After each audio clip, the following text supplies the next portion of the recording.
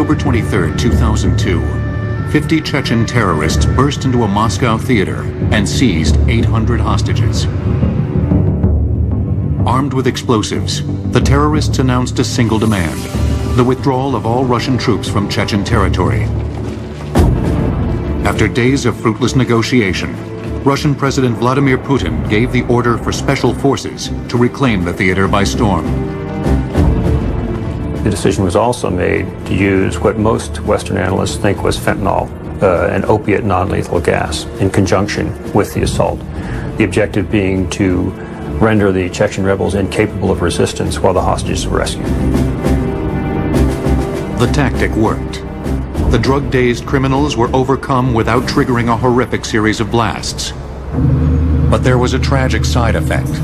High levels of the opiate gas caused the deaths of 116 innocent captives. Sometimes when you're in war or you're involved in situations such as that the Russians confronted, there are no good choices. Then you need to look at what options you do have available, go through the choices of use of lethal force, what your non-lethal options are, and again select that is the best given the alternatives, but it may not be a good one. While the loss of innocent life in the Moscow episode was extraordinary, the dilemma that confronted the police and military forces involved was not. Police and peacekeeping troops are often faced with the problem of having to apprehend criminals without hurting the innocent, both in hostage situations and when combating rioters. An increasingly viable option in these situations is a growing arsenal of devices that can subdue without causing death.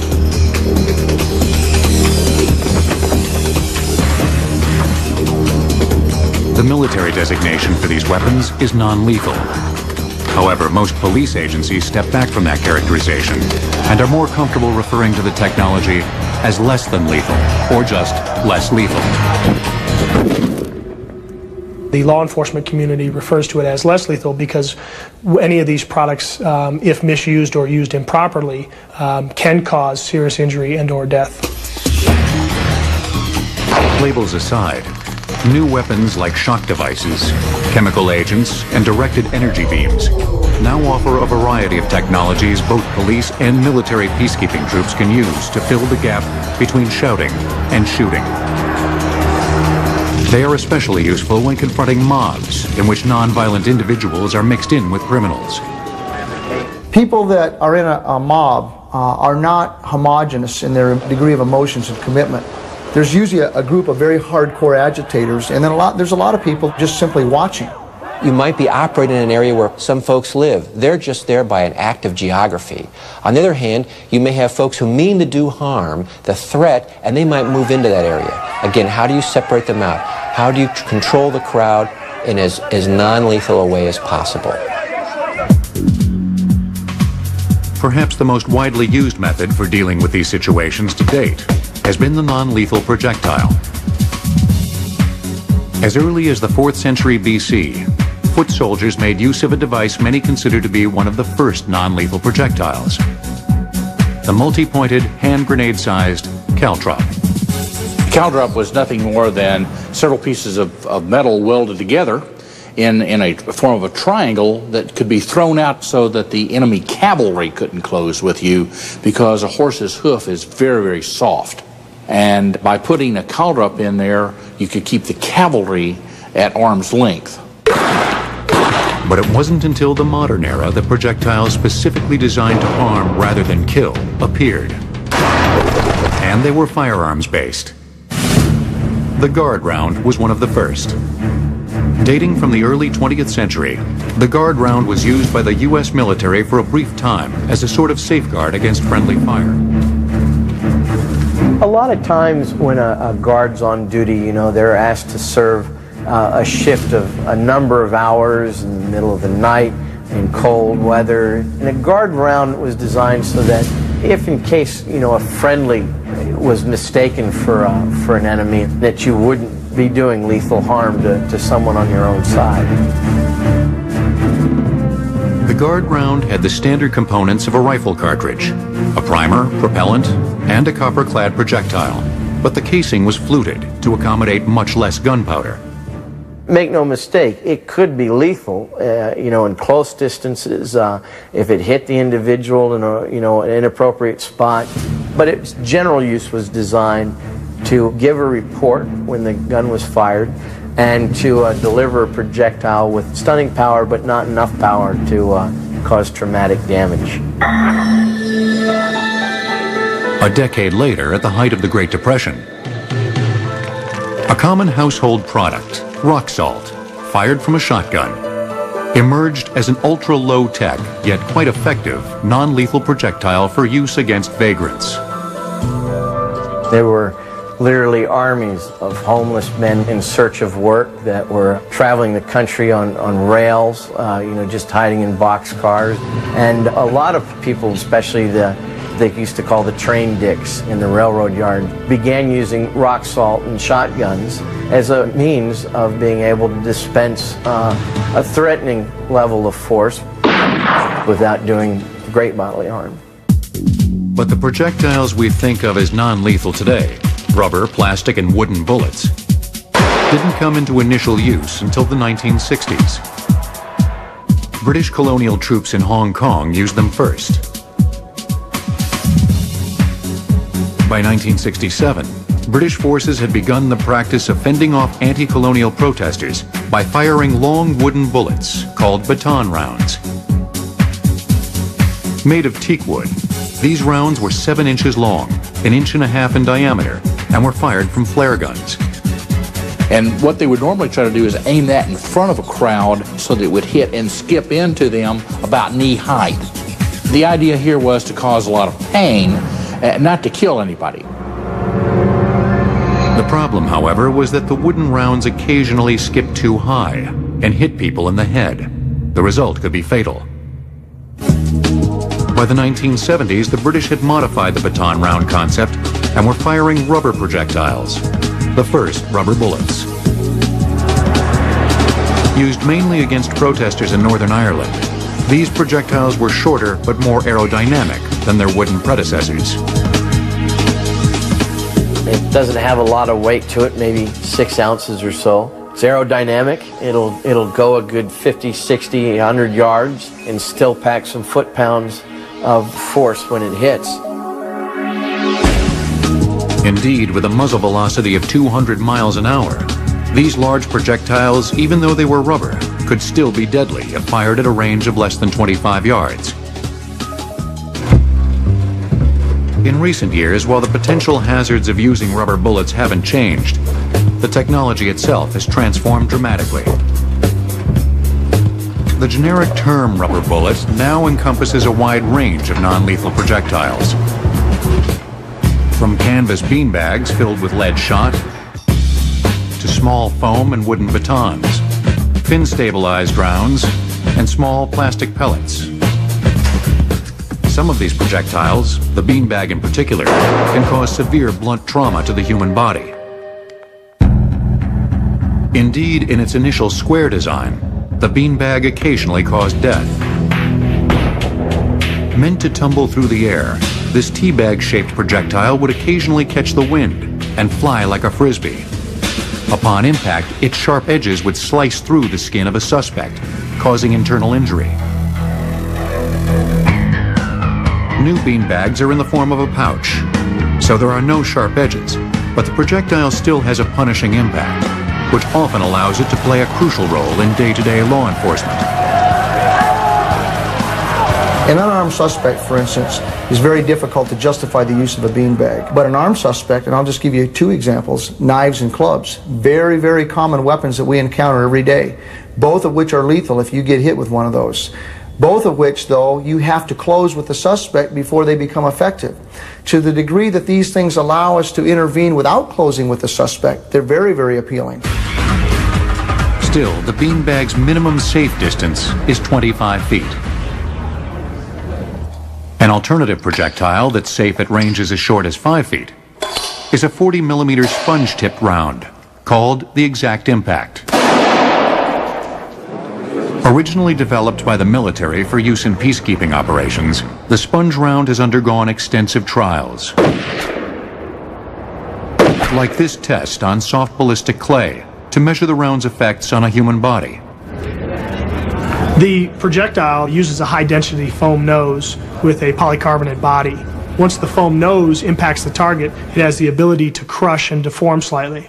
So you reduce blunt trauma and spread the impact area evenly across the target. Defense Technology Federal Laboratories in Wyoming licensed the concept from the military and now produces the sponge round for use in law enforcement. And what we do is we take their projectile that was designed and we incorporate it with our smokeless propulsion system. The core of that propulsion system is a blank .38 caliber pistol round, much like the blank rounds used in starter guns. Using a pistol cartridge rather than loose gunpowder in the base of the sponge round allows for tighter control over the projectile's performance. So we're able, from a quality control standpoint, to regulate the velocity of the projectile when it strikes a human target within probably about 5 to 10 feet per second.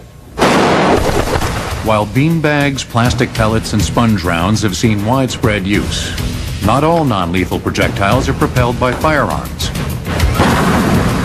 Some reach their targets through other means, and a few deliver overwhelming force.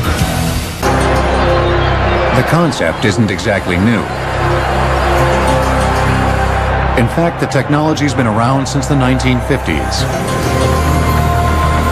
But the water cannon has always worked as well or better than any other crowd-dispersing weapon that's ever been devised.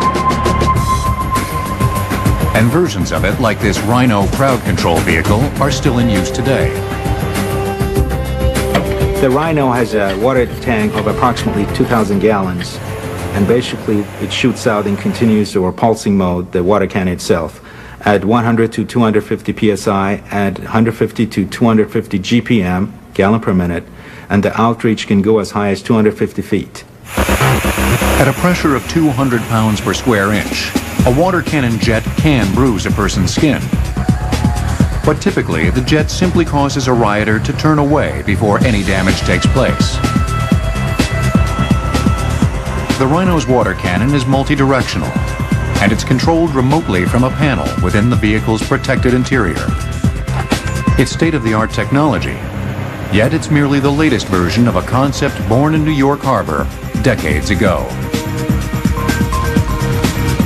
Water cannons were originally on fireboats and were used to put out fires on ships. Occasionally, they'd knock sailors off their feet. This happened repeatedly, and eventually somebody said, look, this is a great idea. Why don't we create a vehicle that does this thing on a long-term basis in other situations? During the turbulent 1960s, police often used water to put down riots and disperse demonstrators. And the tactic is still used in Europe, Canada, and elsewhere today. But in recent decades, the practice has fallen out of favor in the United States. This may be the result of negative public perception. For many Americans, the idea of using water cannons conjures painful images of police using fire hoses against participants in civil rights marches. The use of a water cannon is still considered rather taboo here, and the police in general are not quite ready to use it as long as civil liberty is a fundamental fabric of our society. As a result, crowd control vehicles like the Rhino are sold primarily overseas. Most countries in South America, Africa, Middle East, as well as in China, Indonesia, and many others in the Far East do have these vehicles, and they do use them. While the social unrest of the 1960s, both civil rights marches and student protests against the Vietnam War, may have spelled the end for the water cannon in America, this same unrest helped spur research and development that over time resulted in many of the non-lethal crowd control weapons used today. One technology developed in recent years, and one that has seen widespread use, is the sting ball grenade. Sting ball is the bread and butter of modern riot control. And basically what it is, it's a explosive device that uses a powder inside that bursts, and when it does, it throws these hard rubber balls. And so people get hit, but they don't get hit with enough velocity or enough mass or with hard enough projectiles to cause serious injury. Sting ball grenades are especially useful during riots in which violent agitators are hiding behind crowds of innocents. A lot of the agitators are throwing rocks and bottles at us or other people from behind other things, cars, vehicles, and most often other people, which means that we don't have the ability of isolating this group and leaving the people in between us alone. In these cases, sting ball grenades are ideal. Police can lob them over the heads of the crowd and target agitators directly.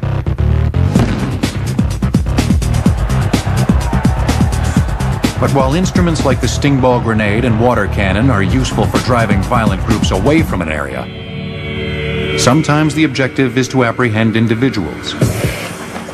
This calls for a non-lethal projectile that can immobilize its targets. One such device that looks like something from a cartoon is the web-shot net gun.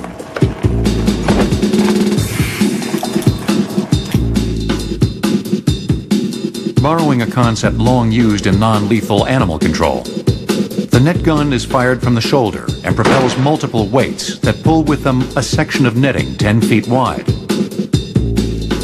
The weights separate in flight, expanding the net to completely engulf and entangle an individual.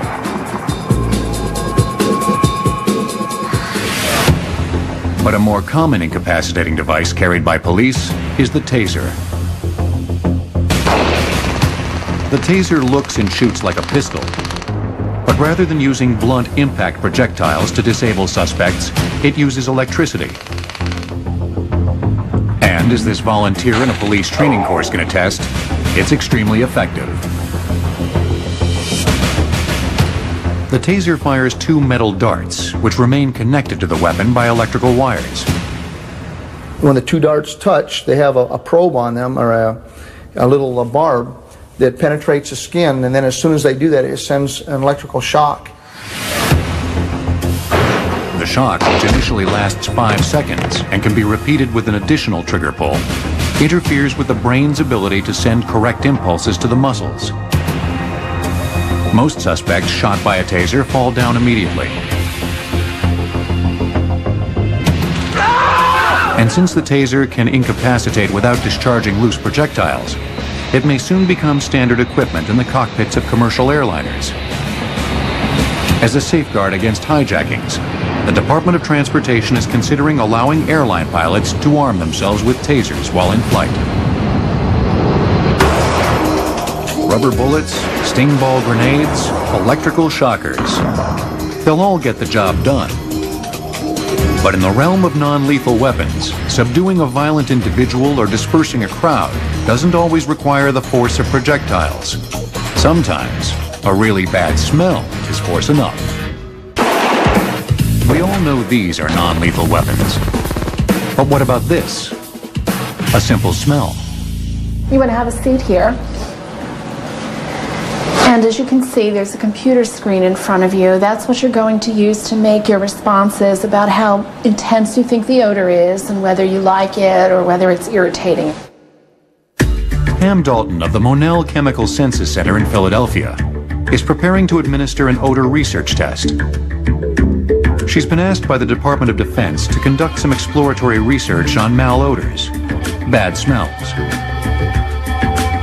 Her task in recent months has been to find odors that could be repulsive to anyone, independent of experience or cultural background. That's really bad. That which is produced biologically is more likely to be universal. So we concentrated on many of the smelly effluents from the human body: vomit, underarm sweat, foot sweat, feces, you name it. We had all of them. Some of the resulting concoctions include flavors like bathroom malodor stock, burned hair, and stench soup. There is, as it turns out, some historical precedent for the use of malodors as non-lethal weapons. Back in World War II, there was an attempt to make a very smelly concoction called Who Me. This was initially intended to be sent to the resistance in France And they would then spray it upon the German officers that were occupying Paris at the time. And I presume to either mark them, because these odors can be persistent and will stay on your clothes for some time, or to just embarrass them. But I don't have any evidence that it actually was successful in being implemented in the way that it had been originally intended. Since part of her mandate is to find odors that are universally offensive, Dalton has traveled extensively to conduct cross-cultural testing of all types of smells. Rotting fish, all right. The Japanese tend to be much more fond of odors that come from fish that are a little off or a little old, let's say, a little fermented, and the Germans don't like that at all. But then there are other odors that have to do with, say, rye or caraway that the Germans are incredibly fond of and the Japanese weren't. Other findings were quite surprising. One of the odors I took that is people in America are very fond of is cinnamon. We use it in lots of products, baking, candies, things like that. And when I was testing cinnamon in South Africa, particularly among black South Africans, they were completely unfamiliar with it. They had never smelled it. They didn't use it in cooking. And because of its pungency, they thought it was dangerous. They hated it. It's precisely that common fear of unfamiliar smells that authorities want to exploit through the use of odor weapons.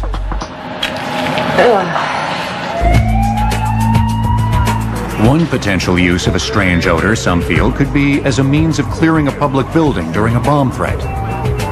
You can look through the press every day. Somewhere in this country, someone is evacuating a building because one person smells something, and all of a sudden there's a mass panic and people start to leave because they think potentially there's a dangerous gas involved. Releasing a chemical odor into the air conditioning system of an international airport, for instance, could be a non-language specific signal to vacate. Another potential use of odors, repulsive odors in this case, could be as a means of denying areas to rioters. Keeping looters out of buildings during the Los Angeles riots of 1992 was a challenge for police. We had the ability of taking some of these buildings back, but we didn't have the ability of holding them. And there was a natural reluctance of risking our troops to take buildings back that then we were going to surrender to the rioters in a few minutes anyway. This malodorant could go in there, and I'll tell you, only the most determined agitator would even consider going in to loot that place, because you have to want the stuff out of that building really bad. And we may have ruined the merchandise, but we would have saved the structure, and we lost a lot of the structures. While serious research into the field of malodorous chemicals may be new, the idea of using other types of less than lethal chemicals against an adversary is virtually as old as warfare itself. The Chinese were known to take red pepper and grind it up and throw it in the face of their enemies. You could also make use of smoke by burning grasses. Certain grasses, when you burn them, give off really noxious fumes. The problem with that, of course, was you had to be real careful, because if the wind was in the wrong way, you really had no protection against your own weapon, and you could end up blinding yourself rather than blinding the enemy. So these things worked, but they didn't work real well. Today, while they're no longer used in warfare, some non-lethal chemicals have found a home in law enforcement. The substance used most commonly by police throughout much of the 20th century was tear gas. The term tear gas can actually refer to one of two chemical agents: chloracetophenone, abbreviated as CN, or O-chlorobenzylidine melanontrol, more commonly known as CS.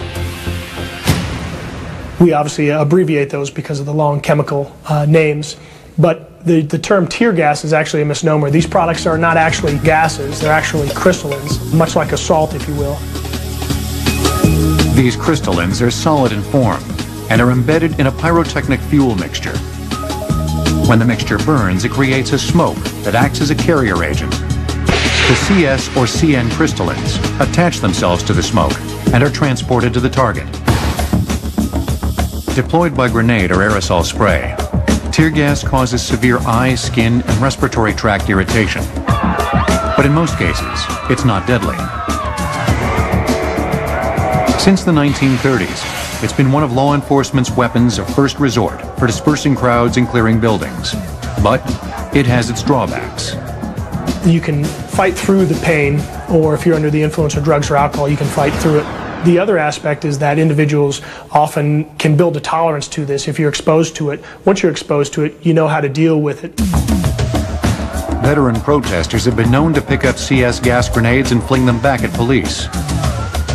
Another problem is that it's very contaminating. If you sprayed a suspect, even if it worked and you put him in your car, the rest of the night you drove around smelling CS spray. And the other thing is that it didn't metabolize instantaneously. And as a result of that, the guy had anywhere from 10 or 12 seconds at a minimum where it was no effect on target, and he could continue doing whatever he was doing.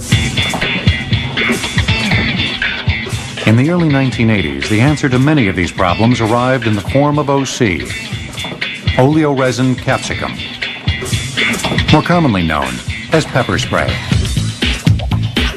Its effects are more immediate and intense than those of tear gas. It not only produces the irritation that the traditional tear gases produce, but it also produces inflammation upon contact.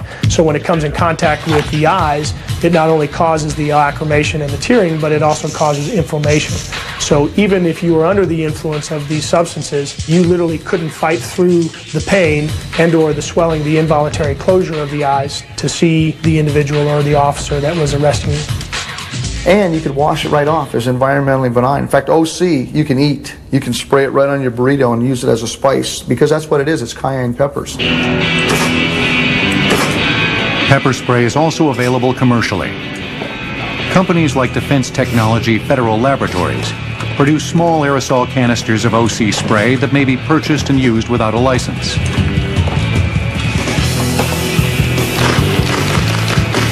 Recently, a company in San Diego, Pepperball Technologies, introduced an effective way to deliver a dose of OC both to individuals and large crowds.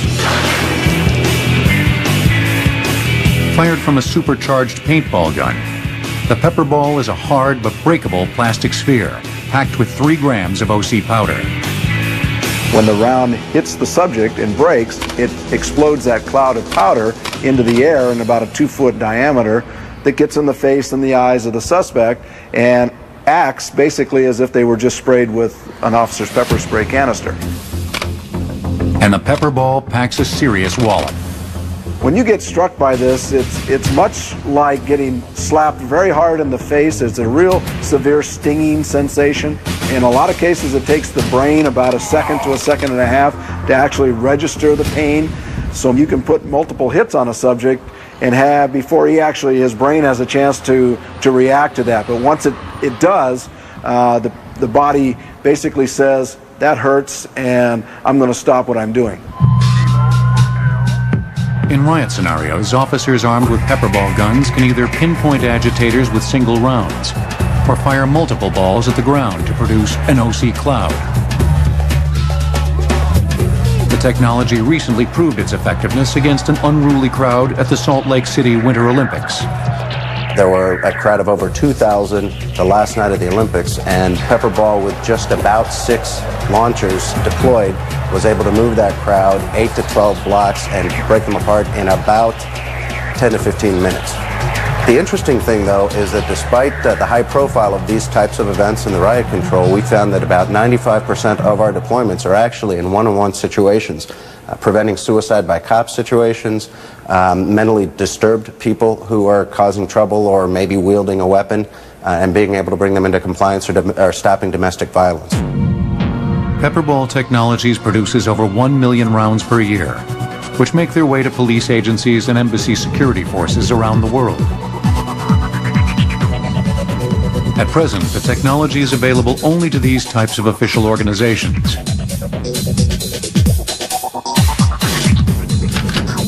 While chemical weapons such as pepperball and OC spray force a criminal into submission by attacking his respiratory system, another group of non-lethal devices can thwart a wrongdoer by overwhelming the senses. They're weapons of light and sound, and their surprise and shock are critical elements in any successful battle strategy. From the inception of gunpowder, attackers have used the flash and roar of tactical explosions to paralyze their enemies. The conquistadors used the flash and the bang of the musket to great effect when fighting, say, the Aztecs or the Maya Indians. In 1805, the startling explosive effects of early rockets, like the British Congreve rocket, would terrorize even Napoleon's army, especially its horses. They could scare the horses, but against green troops who had never seen anything like this, they could have an effect too, because they made a hellacious noise, and it was a sound unlike any other on the battlefield. Both peacekeeping troops and police today often use small explosions as distractions to cover their movements. A tried and true method of delivering these surprises is the flashbang grenade.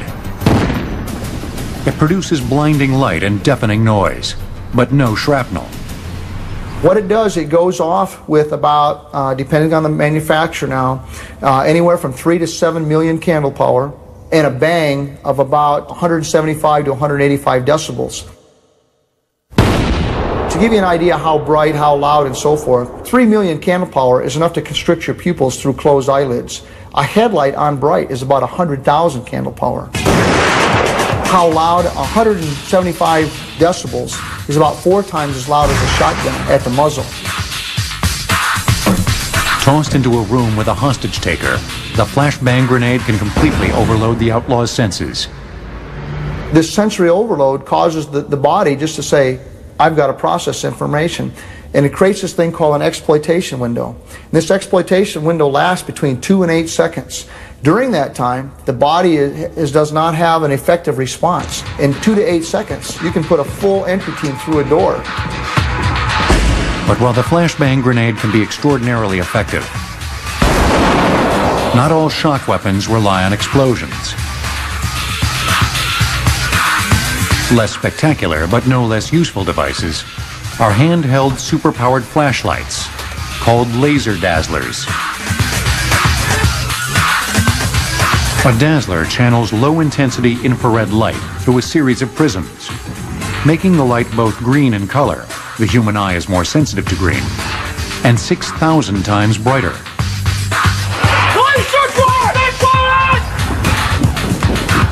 The idea is that it inhibits the suspect's ability to see, and obviously 85% of all the information that you use to relate to your everyday life is through your visual. And because of that, to the degree that we can inhibit an adversary's ability to process information or process it effectively, it inhibits his ability to defy our will. An overload of sound is another way to inhibit an adversary, and it's not confined to the startling acoustic effects of explosions. Perhaps if you've been to a concert and stood next to a speaker, you can feel the sound waves. You can feel that affect your body. If you amplify the power enough, it will make people feel uncomfortable, and it will begin to overwhelm one of their senses, in this case their hearing. So now if one of your senses is not working correctly, not working well for that short period of time that you use the system, now they can't carry out their threat, what they want to do to you. The military is experimenting with a weapon that would deliver what amounts to a sonic bullet, intense acoustic waves focused into a narrow beam. But the technology still has a few wrinkles. The problem that we look at from the human effects standpoint is, what if an unintended victim walks in front of the beam halfway to the person that you're targeting? What's that sound going to do to them? Is it going to be double the intensity or even more so? Those are the concerns that we have when we look at a system like that. But possibly the most intriguing non-lethal weapon that puts a beam of energy to use is ADT, active denial technology.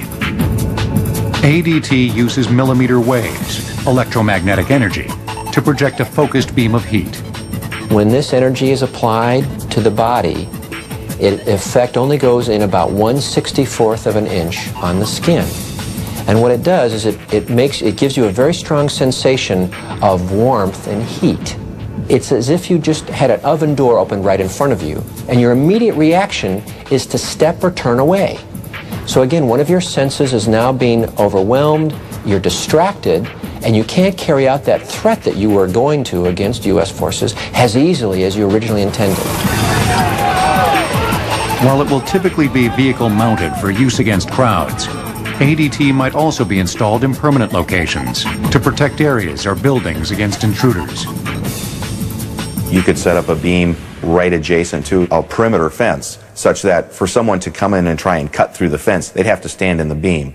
And from what we've seen through the volunteer test subjects, you don't want to stand in that beam for more than a second and a half or so. Weapons that overwhelm a person's senses may be quite effective against adversaries on foot. But when the troublemakers climb into vehicles, authorities must draw on still another area of the non-lethal arsenal. Weapons that disable machines and equipment. The laser. An intense and highly concentrated beam of light. And for some uses, quite possibly, the ultimate non-lethal weapon. While lasers have existed since the 1960s, only in recent years has the technology matured to the point of practical use. And military non-lethal weapons developers want to harness that technology for use in something called mission kill. It's a term strategists use to describe disabling an enemy's control systems and weapons machinery. If you render the enemy's machinery inoperable, you kill his mission, without necessarily having to kill him. In some cases, you just want to immobilize a unit, or you want to immobilize their equipment, or just prevent it from working as effectively for a limited period of time. The goal is not always to destroy something. The laser, many feel, might be the perfect instrument for this approach. A laser, one actually capable of destruction, would allow for a very precise application of force. For example, if you found a rocket launcher, and with a laser, potentially, if you could just shoot the wings off of it so it can't fly. You don't have to now drop a 2,000-pound bomb to destroy the whole vehicle and the whole rocket launcher with all that collateral damage. If you can just precisely damage the right piece of that vehicle or that rocket, you've achieved the same thing.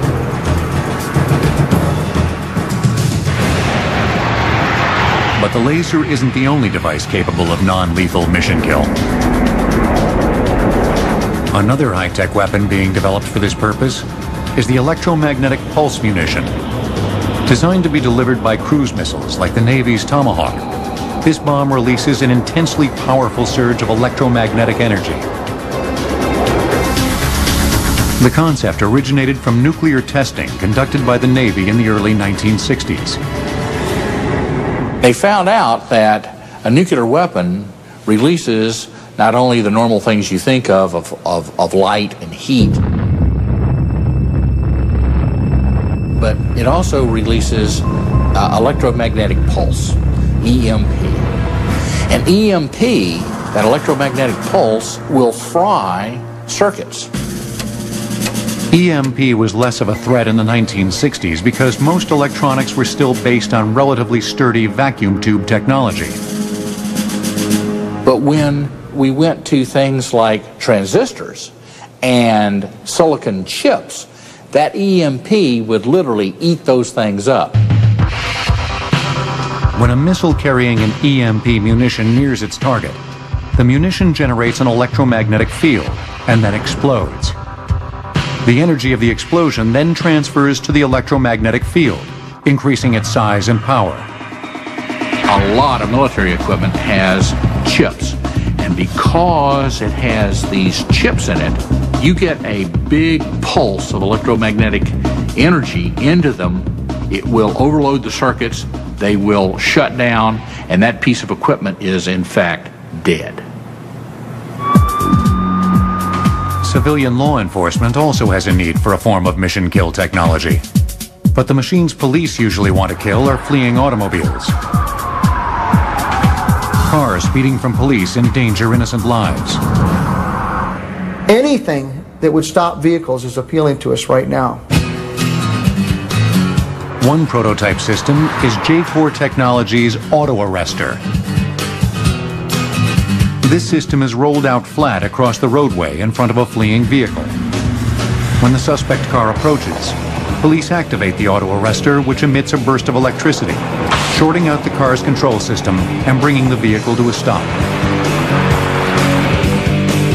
Another system, one developed by the military, attempts to stop vehicles by entangling them in a web of netting. It looks like a speed bump that you'd see in any parking lot. But when activated, within 2 seconds, a portable barrier pops up that it will stop a vehicle driving 45 miles an hour and fairly heavily loaded, about 7,500 pounds. But both vehicle stoppers have the same fundamental weakness. But the problem is that they're really only going to be useful in law enforcement at places that are going to be naturally constricted. Border checkpoints, driveways, alleys and intersections and so forth. On the open roadway, a savvy driver might find a way to avoid the trap. What police really hope for is a sort of futuristic ray gun that could zap a fleeing vehicle, short out its electronics, and bring it to a stop under any circumstances. Scientists are working toward such a weapon, but at present, a serviceable prototype is still merely a distant goal. Whether for use in mission kill or riot control, some fear that non-lethal weapons could present a danger in themselves, that authorities might use them too readily. And since many of these devices can be lethal, if used inappropriately, that they may end up causing more serious injuries than they prevent. But for those who rely on them, their benefits far outweigh their risks. If we have a man with a knife that's threatened to kill us, and the only way we have to intervene is with a gun, then if we try it with a beanbag and we seriously hurt him but save his life, we would consider that a success. Take that away from us. You forced us to go to the next option available, which is lethal force. And as a result of that, you virtually condemned this man, because we will survive this contact. We cannot ask our deputies to go in there and give up their lives to save this one. And since saving lives is what police work should really be about, any attempt to stop criminals without killing them is a step forward.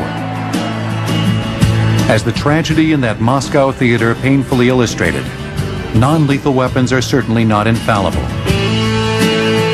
But many of these new technologies can offer at least the potential for dealing with violent behavior in a more humane and less fatal manner.